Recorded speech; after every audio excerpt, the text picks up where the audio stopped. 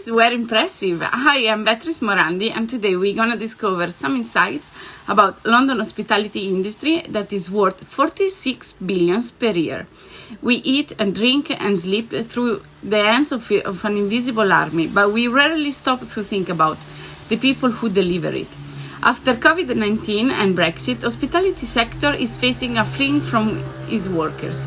Why? According to HMRC, 700,000 people from 2020 have left their works in hospitality due to their hard work conditions, minimum wage pays and no breaks.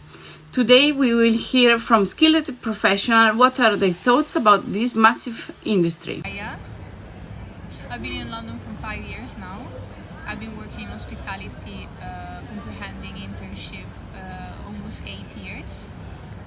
I always thought that hospitality is a not so healthy environment.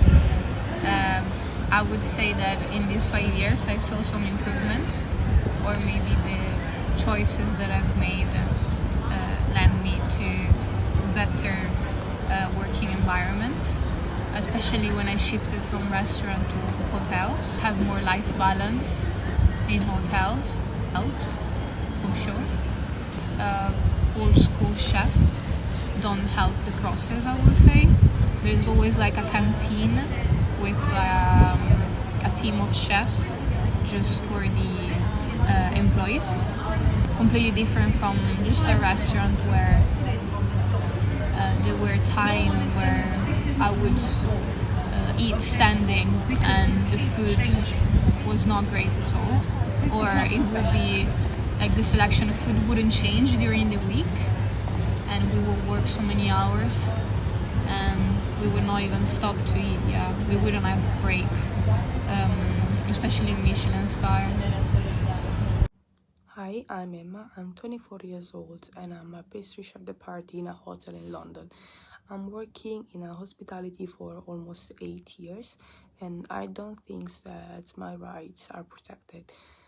Most of the time, the people are pretending that I'm working extra hours without getting paid, or they're not allow me to take my break, and they're always trying to make me feel guilty if I'm calling sick or if I'm not giving my 100% every day.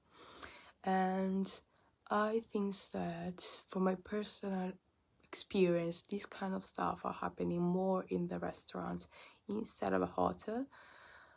I'm not sure why it's happening, but I do think that in a hotel is more protected because it's bigger and you have a lot of services as well. I think that for protecting the workers, the government should improve the contracts and the wage, regular the hours, the working hours, and training.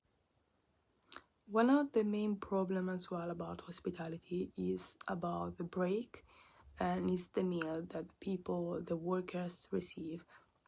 And many times it's happened that they're not having like a balanced meal, or you don't have a meal in general. And I think it's really bad for that, because after like 10-hour shifts, like standing and working a lot, you cannot really be focused, and it's not even good for your body and for your like mental health as well. I'm Yashvin Dauna. I'm a sommelier at the Dorchester Hotel, like at least for 6 years and a half, 7 years this year. Where I was working before, no, actually, I had to go out and go to Sainsbury, provide my own meal. Right now, I'm working at the Dorchester Hotel. It's the perfect environment where to be, and I'm always getting 2 hours break, so yes, they have provided me meal, the right meal. I mean, in the world of hospitality, I think they should give more money, like for whoever is doing this job, because no, actually all of the people would love to do that. Basic one is at 32k per year, depending on experience. I think should be a bit more, at least the basic, starting from 34 up to, no, told no, everyone would love to do this job. When Brexit came, the hospitality started to pass away as well. because of the European, they went back in their own country.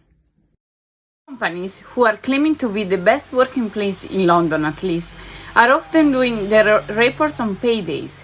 Many people are claiming to don't have a proper meal per day. Also, accordingly to Gov.uk, 58% of hospitality workers are non-UK people. There is a massive lack of communication that must be considered. This industry should start to work more for their workforce instead of caring so much about just their clients and investors. Remember that next to you there is a human being, and this is not normal. Thank you for listening.